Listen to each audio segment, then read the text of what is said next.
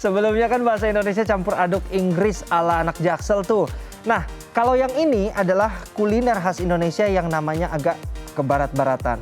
Masa sih? Ini liputannya.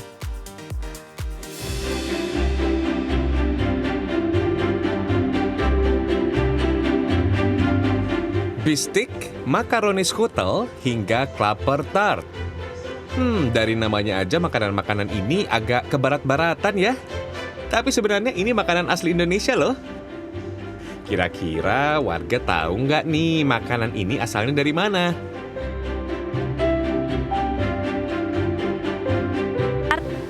Makanan skutel, mungkin kalau makanan skutel dari Jawa Barat kali ya. Iya, kalau klaper tart kayaknya dari barat. Asalnya kayaknya dari Manado deh. Kayaknya dari Jepang kalau ini dari Chinese. Tahu klaper tart dari Manado, kalau bistik kayak makanan luar dari Amerika gitu.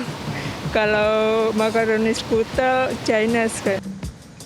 Belajar sejarah dari makanan bisa banget, karena meski namanya ke barat-baratan, namun ketiga makanan tadi adalah makanan khas Indonesia yang diadaptasi dari kuliner negeri Belanda. Seperti klaper tart misalnya, dalam bahasa Belanda, klaper berarti kelapa, sementara tart berarti kue.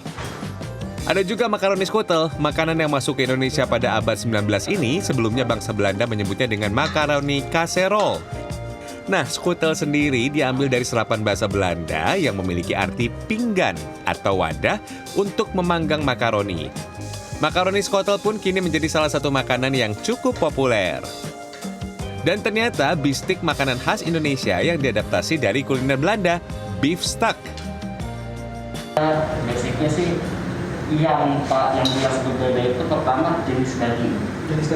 Iya, habis jenis daging dan kemudian tentunya saus. Beradaptasi dengan bahan yang ada.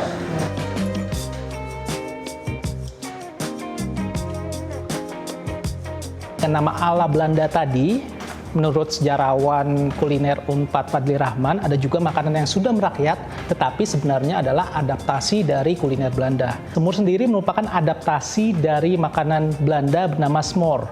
Jadi smor ini merupakan daging yang direbus dengan kuah tomat dan juga bawang dalam waktu yang lama. Ada juga ayam suwir yang juga ternyata adalah adaptasi dari makanan Belanda, yaitu zuatzur.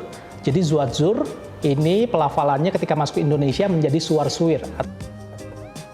Menurut sejarawan kuliner Unpad Fadly Rahman, makanan-makanan ini adalah bentuk perpaduan dua budaya.